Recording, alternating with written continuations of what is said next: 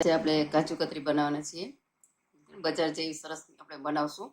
પણ કાજુ તો આપણે ખબર છે કે આપણે 700 થી 800 રૂપિયાનો કિલો હોય છે. તો કાજુ કતરી પણ એટલી આપણે મોંઘી હોય. તો આ તો આપણે બનાવશું તો કાજુ કતરી જેવો સ્વાદિષ્ટ સરસ બનશે. તો આપણે 100 રૂપિયાના કિલોની અંદર આપણે તૈયાર થઈ જશે. તો આપણે એને કાજુ કતરી બનાવશું. હવે દાણા છે એને આપણે સરસ એકદમ ખોલીને ચોખ્ખા કરી લીધા છે. તો હવે આપણે એને શેકી લઈશું. 500 માનવી દાણા લીધા છે. હવે આપણે એને શેકી લઈશું. ધીમા તાપ પર શેકશું એટલે ધીમે ધીમે દાજી ન જાય એટલે રીતે આપણે એને હલાવશું. અને 5-7 મિનિટ શેકા છે. તો 5-7 મિનિટમાં સરસ શેકાઈ ગયા છે. સરસ કોતરી ઉતરે છે. તો હવે આપણે ગેસ બંધ કરીને હવે નીચે ઉતારી લઈશું. હવે આપણે આ કાગળમાં ઠલવી લઈશું અને 10 મિનિટ 15 મિનિટ આપણે ખુલ્લા રાખશું એટલે ઠંડા થઈ જાય પછી આપણે એની કોતરી ઉતારી લઈશું. માંડવી સરસ ખોલાઈ ગઈ છે. હવે થઈ ગઈ છે અને કોતરી ઉતારી લીધી છે. તો આપણે હવે એને ભૂકો કરશું. મિક્સરમાં પીસી અને ભૂકો કરી નાખશું. થોડું નાખશું મિક્સરમાં એટલે થોડી વાર હલાવશું. થોડી વાર બંધ કરીને એ રીતે હલાવશું એટલે તેલ ન નીકળી જાય. નહીતર છે ને તેલ નીકળી જાય તો પછી બનાવવાની મજા ન આવે. આપણે ભૂકો રેડી થઈ ગયો છે. સરસ એકદમ ઝીણો સરસ થઈ ગયો છે.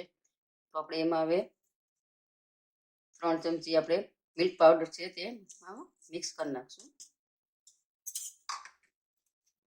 મિક્સ કરી લઈ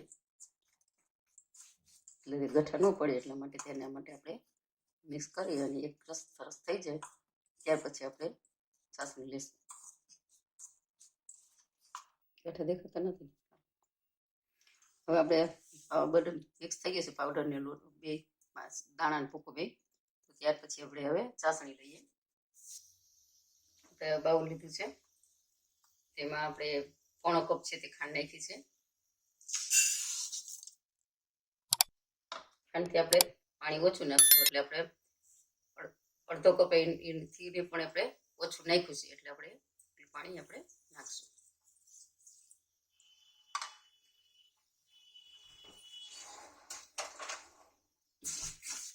હવે આપણે ધીમે આંચે એને હલાવશું. ખાંડ છે તે સરસ ઓગળી જાય. હવે આપણે સરસ બબલ્સ થઈ ગયા છે અને ખાંડની ચાસણી સરસ થઈ ગઈ છે.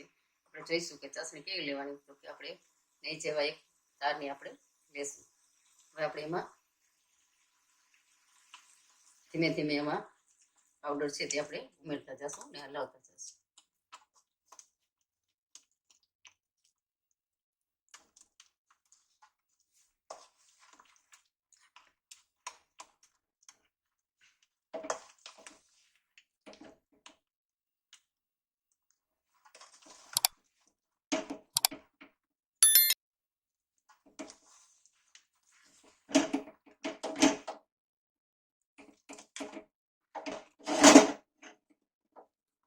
આપણે હવે ધીમે ધીમે આપણે હલાવતા રહેશું.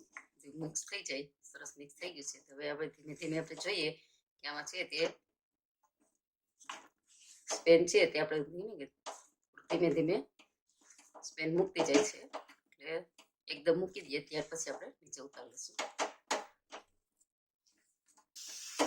હવે સરસ આપણે આ સરસ છૂટું થઈ ગયું છે. તો આપણે હવે એને ગેસ બંધ કરીને નીચે ઉતારી લઈશું. આપણે આમાં 1 ચમચી હવે ઘી નાખશું.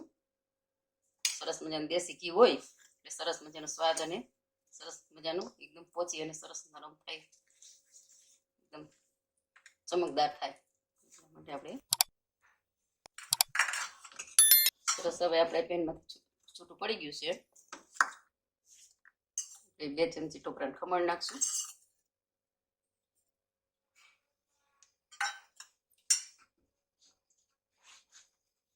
આપણે બધું મિક્સ કરી લઈશું.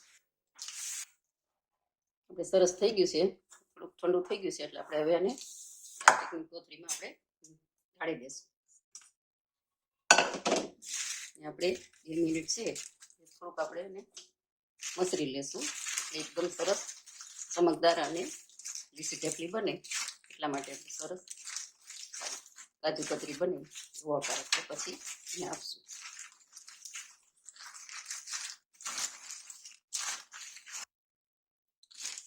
તો આપણે હવે ધીમે ધીમે એને આકાર આપતા જશું.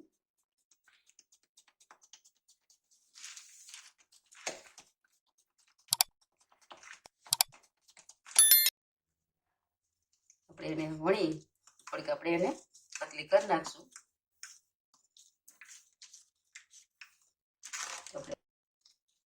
તો સરસ આપણે આનો આકાર આપી દીધો છે. સરસ આપણે કહીને જોઈએ તો પતલી સરસ વણીને કરી નાખી છે, સરસ કાજુ કતરી જેવી. તો આપણે એને અડધી કલાક આપણે ઠંડી થવા દઈશું, ત્યાર પછી એના આકાર કરશું. આપણે સરસ કાજુ કતરી સરસ સુકાઈ ગઈ છે અને સરસ થઈ ગઈ છે. આપણે હવે એના પીસ બનાવી લેશું.